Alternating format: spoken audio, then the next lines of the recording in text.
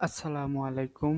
আশা করি আপনারা ভালো আছেন। আজকে আমরা দেখব ওয়ার্ডপ্রেসের ই-কমার্স ওয়েবসাইটের অ্যাড টু কার্ট এর পপ-আপ অপশনটি। দেখুন আমার এই সাইডে এই যে এখানে অ্যাড টু কার্ট অপশন আছে। ক্লিক করলে এটা জাস্ট এই কার্ড অপশনে যোগ হবে। যেখানে কার্ড অপশন থাকবে সেখানে যোগ হবে। কিন্তু আমি চাচ্ছি যে এখানে ক্লিক করলে এখানে একটা পপ-আপ হয়ে উঠবে। তো যে যেমন আমরা একটা উদাহরণ সাইট দেখতে পারি, এই যে এই সাইডে যদি আমরা এখানে ক্লিক করি, দেখুন এটা একটা পপ আপ হয়ে আসবে। এই যে এইরকম পপ আপ হয়ে আপনারা যখন যদি আপনারা কাজ করে থাকেন, আর যারা তারা তো জানেনই, আর যারা ফ্রেশার তাদের জন্য মূলত আরো আপনার ক্লায়েন্টের রিকোয়ারমেন্টই থাকবে এটা যে এখানে ক্লিক করলে এটা পপ আপ হয়ে উঠবে। তো তখন আপনি মুশকিলে পড়তেই পারেন। ওই মানে এইরকম মুশকিলে আমার যারা ভিজিটার তারা যাতে না পড়ে এই জন্য এই ভিডিওটা আমি বানানোর চেষ্টা করছি আর কি। তো এরকম আপনার সাইডেও একটা পপ আপ হয়ে উঠবে, অথবা আপনার ক্লায়েন্টের সাইডে আপনার ক্লায়েন্ট যদি চায় তার সাইডে এরকম হয়ে উঠবে। তো এটা ওয়ার্ডপ্রেসেও সম্ভব। একটা সিম্পল একটা প্লাগইন যেটা আপনি ওয়ার্ডপ্রেসে ইনস্টল করলে এরকম দেখাবে।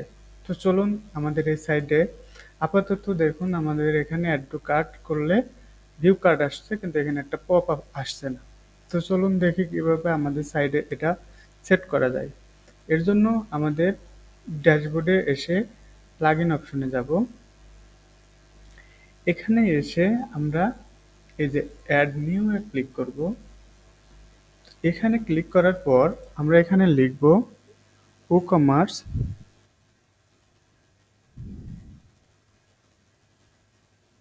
ই কমার্স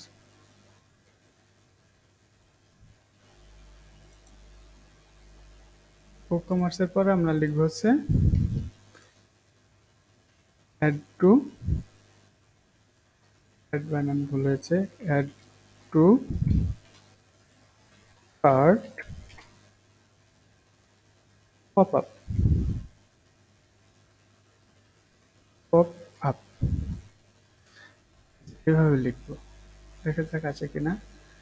এই যে আসছে, এটা হচ্ছে e-commerce add to cart pop up Ajax, এটা লেখা থাকবে।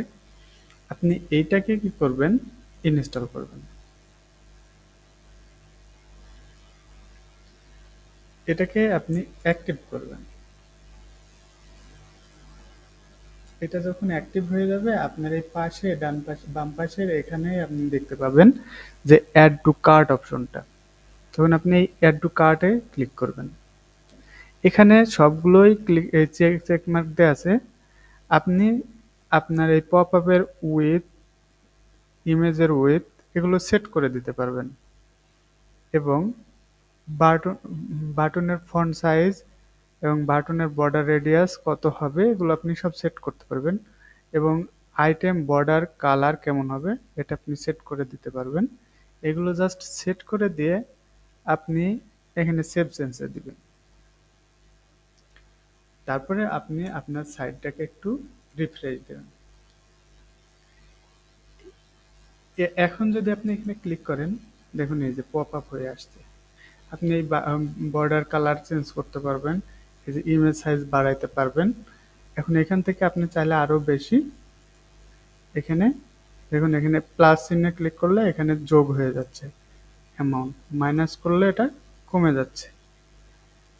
এই যে এটা যদি কেটে দেন, এখানে আবারও যদি ক্লিক করেন দেখুন আর একটা যোগ হচ্ছে, মানে এটা এটাকে ক্লিক করলে আপনার এটা যোগ হতেই থাকবে।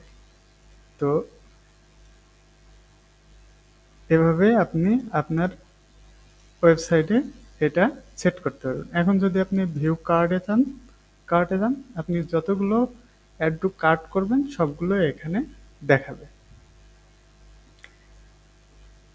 আবার আপনি এখানে থেকে চাইলে একটা একটা করে কেটেও দিতে পারবেন।